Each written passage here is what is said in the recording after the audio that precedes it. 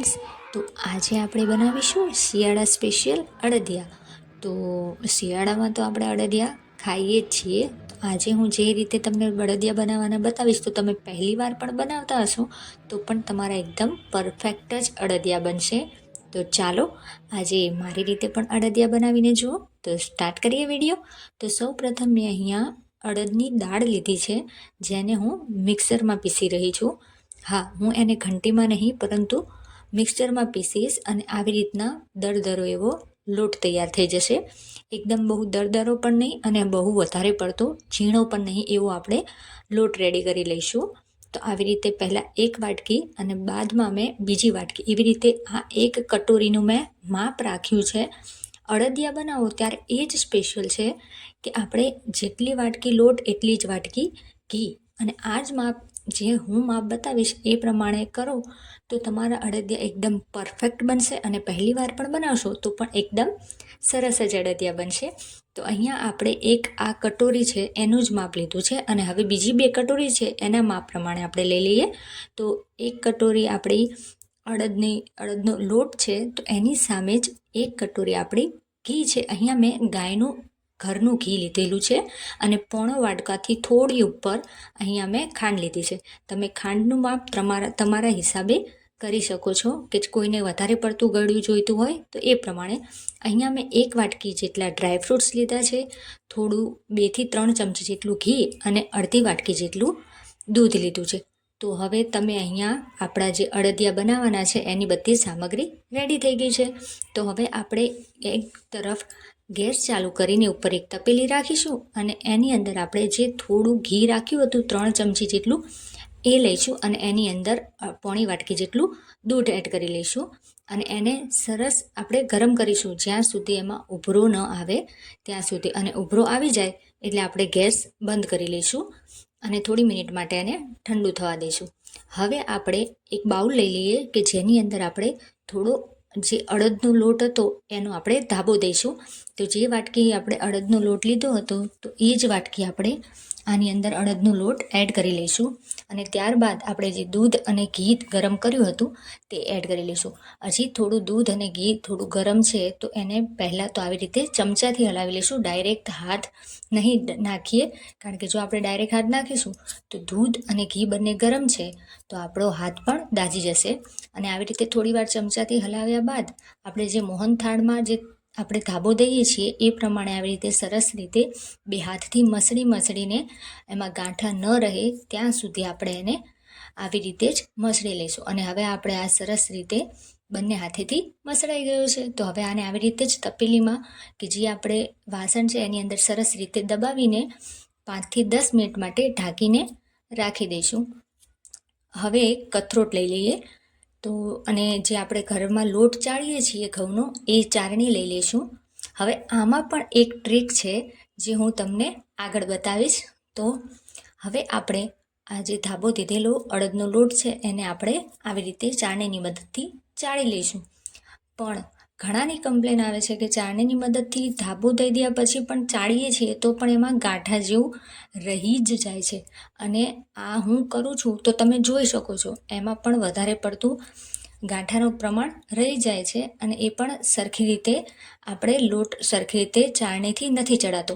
તો હવે આપણી આ નવી એક ટ્રીક છે અને એ ટ્રીક એટલે કે એક ઉપાય છે એનો, તો એ તમે જરૂરથી ટ્રાય કરજો.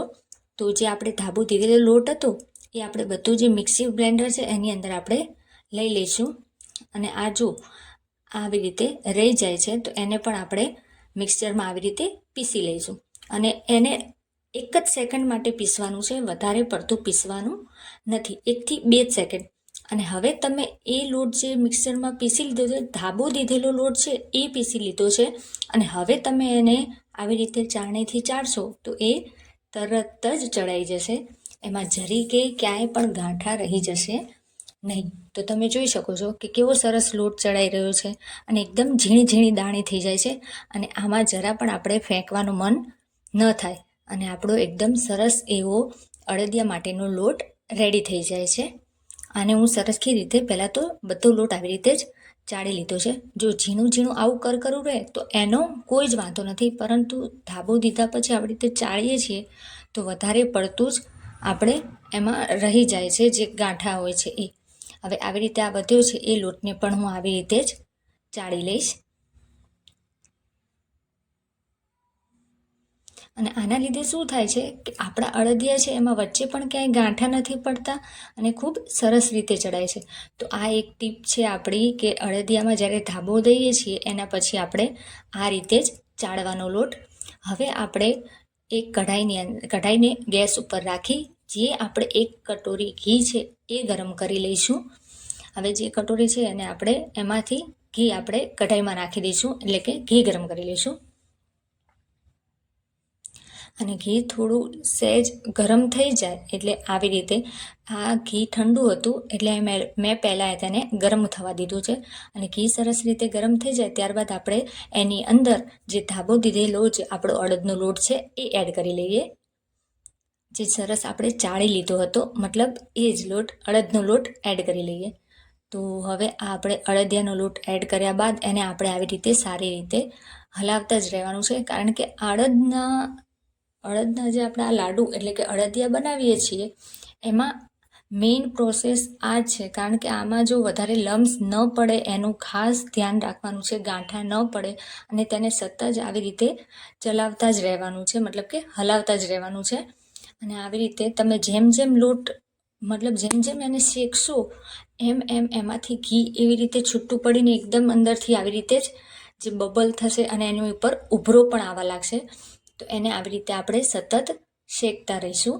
અને તમને એવું લાગે તો તમે એકદમ લાલાશ પડતો પણ કરી શકો છો, થોડું વ્હાઈટ એટલે કે મીડિયમ, જે શેકાઈ તો ગયો છે કાચો ન રહે એનું ખાસ ધ્યાન રાખવાનું છે. અને કાચું ન રહી જાય ત્યાં સુધી આપણે તેને શેકી લઈશું. કોઈ વ્હાઈટ જેવો થોડો રાતાશ પડતો પણ અડદિયા ખાય છે અને કોઈ એકદમ લાલાશ પડતા પણ અડદિયા ખાય છે. તો આપણે જોઈ લઈએ તો આમાં થોડો કલર હવે અડદિયામાં ચેન્જ થઈ ગયો છે લોટનો. તો તમે જોઈ શકો છો કે આમાં હજી પણ ઘીનો લીધે ઉભરો તો આવે જ છે. હવે આપણો આ લોટ છે એ સરસ રીતે શેકાઈ ગયો છે. હવે આને આપણે શું કરીશું કે આની અંદર હવે આપણે ડ્રાયફ્રૂટ એડ કરી લઈએ. હવે આમાં તમે જોઈ શકો છો કે આપણે આ જ રીતનો જ લોટ શેકવાનો છે. જો તમે વધારે પડતો એને લોટ શેકી લેશો તો એકદમ લાલ કલરના, કે કોઈને એવું લાગે કે દાજી ગયા છે અડદિયા, એવા થઈ જશે. તો હવે આપણે ડ્રાયફ્રૂટ એડ કરી લીધું છે અને ગેસને હવે આપણે બંધ કરી લઈશું. અને જેવો તમે ગેસ બંધ કરશો એટલે તરત આમાં જે ઉપર જે આપણે આવી રીતે જે સાબુનું જો ફીણ થાય છે એ પ્રમાણે આ ફીણ થયા હશે એ પણ ધીરે ધીરે નીચે બેસી જશે. એ ઘીના જ ઓલાય છે એટલે એનો વાંધો નથી. જે ઠંડુ થશે એટલે ઓટોમેટિક એ એની નોર્મલ ટેમ્પરેચર ઉપર આવી જશે. હવે આપણે બનાવી લઈએ અડદિયાની ચાસણી. તો અહીંયા મેં એક કઢાઈની અંદર એ જે આપણે માપ હતું ખાંડનું એ જ માપ લીધું છે અને એ ખાંડ ડૂબે એટલું જ આપણે એની અંદર પાણી એડ કરવાનું છે અને એને સતત હલાવતા રહેવાનું છે. અને ખાંડ ઓગળી જાય પછી પણ એને ચલાવતા રહેવાનું છે અને દાણો એને ઓગળવો જોઈએ. અને આમાં આપણે જે છે એ એક જ તારની ચાસણી કરવાની છે. વધારે પડતી તમે ચાસણી કરી લેશો કડક, તો અડદિયા એકદમ કડક બની જશે અને નરમ રાખશો તો એ એકદમ પોચા એટલે એકદમ સોફ્ટ જ રહેશે. જે માપ છે કે અડદિયાની સામે ચાસણી તમે કરો તો એ એક તારની ચાસણી થવી જોઈએ. વધારે તાર 1.5 કે 2 તાર પણ બની ગયા તો પણ એ અડદિયા એકદમ કડક બનશે. પણ એક તારની ચાસણીથી આપણા અડદિયા એકદમ સોફ્ટ, જે નાના બાળકોથી લઈને મોટા લોકો પણ સરસ રીતે ખાઈ શકે છે. તો તમે જોઈ શકો છો અહીંયા આપણી એક તારની ચાસણી રેડી થઈ ગઈ છે અને મેં ગેસ પણ બંધ કરી લીધો હતો. હવે જે આપણે ચાસણી છે એ આપણે જે આ અડદિયાના લોટ જે શેક્યો હતો એની અંદર આપણે એડ કરી લઈએ. તો એમાં તમે જોઈ શકો છો કે ઘી કેટલું વધારે તમને લાગે છે, પણ આ ઘી છે એ બધું અડદિયા એબ્ઝોર્બ કરી લેશે, એટલે કે બધું જ એમાં લોટમાં જ શોષાઈ જશે. થોડી વાર માટે હવે આપણે તેને હલાવી લઈશું. એને વધારે પડતું ચલાવવાનું ફાસ્ટ નથી અને ધીરે ધીરે પણ આ તમે આવી રીતે જ ચલાવતા રહો. અને એને ઘડીક વાર ચલાવીને એને આપણે થોડી વાર માટે મૂકી દઈશું. અડદિયામાં તમે જોઈ શકો, હા હવે તમે જુઓ તો કે આમાં આપણે થોડી વાર માટે મૂક્યા હતા, અડધો કલાક માટે, તો થોડા તેલ શોષાઈ ગયું હતું. પણ પાછી મેં 10 થી 15 મિનિટ માટે ફરીથી મૂકી દીધું હતું. ત્યારબાદ આપણા આવો સરસ એકદમ જે લાડવા કેવા વળે છે એ રીતે આપણે બની જશે. અને તમારે જો વધારે એવું થાય કે હજી 15-20 મિનિટ 15-20 મિનિટ પછી પણ નથી બનતા તો થોડી વાર માટે વધારે હજી મૂકી રાખો તો પણ સરસ આપણો અડદિયાનો લોટ તૈયાર થઈ જશે, મતલબ કે અડદિયાનું જે મિશ્રણ છે એ રેડી થઈ જશે. હવે આ મિશ્રણમાંથી આપણે હવે આવી રીતે એક એક લુઓ લઈને આવી રીતે તમે આવી રીતે પણ અડદિયા બનાવી શકો છો, અને આપણે થાળીની અંદર સ્ક્વેર કરીને એટલે કે સુખડીની જેમ પણ તમે અડદિયા વાળી શકો છો. અમારા ઘરમાં જનરલી આ રીતે જ અડદિયા ખવાતા હોય છે, અને બાળકો આને ડુંગર કહે છે. અમારા ઘરમાં જ્યારે અડદિયા બને એટલે તરત એમ જ કહી દે કે શું બનાવ્યું, તો કે ડુંગર બનાવ્યા. તો આપણે આવી જ રીતે ફટાફટ બધા અડદિયા છે એ આપણે વાળી લઈશું હાથના મદદથી. આને થોડા પ્રેસ કરશો, અને વધારે પડતા પ્રેસ ન કરો નહીં તો તૂટી જશે. થોડા પ્રેસ કરીને એને આપણે આવી રીતે મૂકી દઈશું. અને તમને લાગશે કે આમાં વધારે પડતું ઘી છૂટું પડે છે, પણ એની ચિંતા ન કરો.